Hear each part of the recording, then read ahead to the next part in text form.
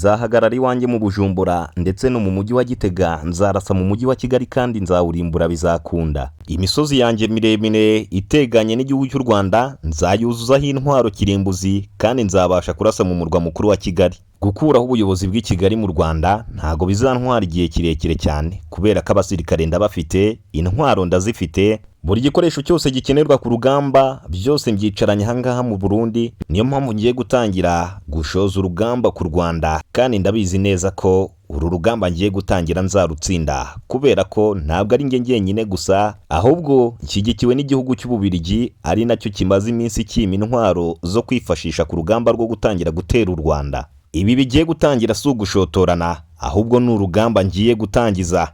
Aya akaba ari amwe mu magambo ya Evariste Ndayishimiye wanakomeje agira ati nta bwoba mfite rwose, ibi bigiye kuba ku Rwanda rwiteguriye intambara tugiye kubashoraho kandi turabizi ko tuzayitsinda. Tuzarwana iyo ku butaka, turwana iyo mu kirere, yewe tuzananyura mu mazi. Nitubona ahangaha hose byanze tuzemera dukoreshe n'imiheto, ariko uru rugamba tugomba kurutsinda. Akomeza agira ati mbebasha ibyo muvuga ku Burundi murabizi, abasirikare b'u Burundi bafite imyitozo ihagije, kandi igisirikare cy'u Rwanda burya ntago cyakomera kurenza ikiwacu i Burundi. Imyitozo barayifite, barakomeye kandi bariteguye isaha n'isaha, isambaza bararya umunsi ku munsi. None ni gute bambwira ngo umusirikare wanjye ku rugamba ararya urusambaza ajye guteza urugamba kandi akomeye? Ni gute wambwira ngo u Rwanda ruzabasha gutsinda abasirikare banjye? Ibyo ntibishoboka habe na gato.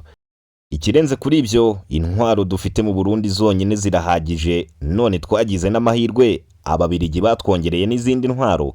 Ati nihe mwahera muvuga ko Burundi none igisirikare cyacu kidakomeye kitazabasha gutsinda uru rugamba? Perezida Evariste Ndayishimiye yakomeza ati ibyo turimo turabizi, nimutureke kandi tuzatsinda.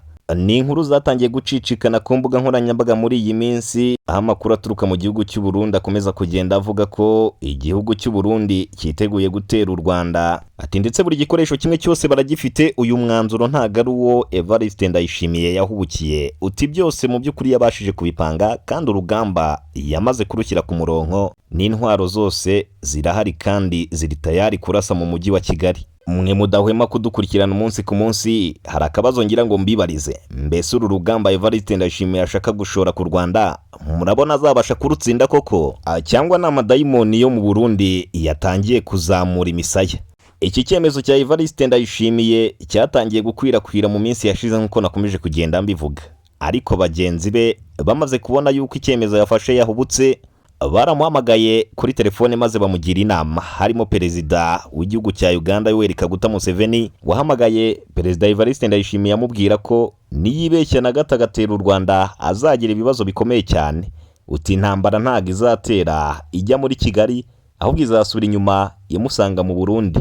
Uti kandi ibyo byose bizaba ari guhunga igihugu cye. Perezida wa Uganda Yoweri Kaguta Museveni akomeza kugira inama Evariste Ndayishimiye amubwira ko umugamba arimo gutegura ashatse yawusubiza inyuma. Ni nk'uko mugenzi wa Kenya William Ruto nawe yamuhamagaye amubwira ko ibyo ari gutekereza gutera u Rwanda ari inzozi ari kurota kandi agomba kuzireka.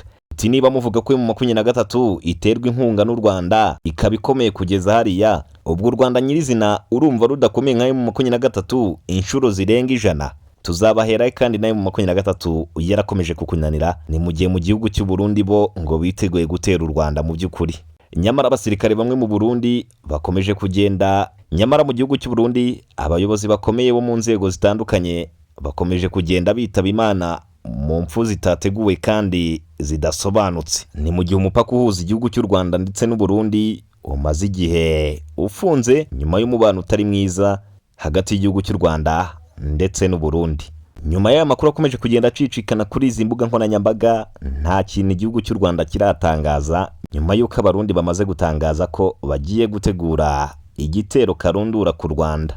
Ariko abanyarwanda bose aho bava bakagera bahora biteguye ijoro n'amanywa, kandi igisirikare cy'u Rwanda nta muntu upfa kukivogera uko yiboneye.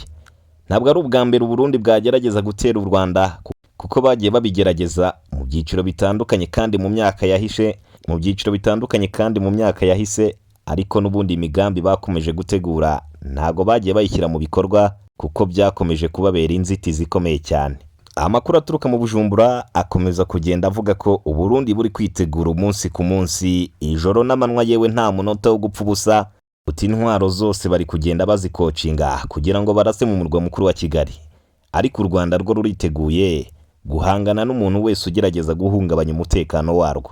Ni mu gihe Uburundi buri guterwa inkunga na Tanzania ndetse n'igihugu cya Repubulika Iharanira Demokarasi ya Kongo, yewe n'umutwe wa FDLR wasize ukoze amarorerwa mu Rwanda mu mwaka w'1994.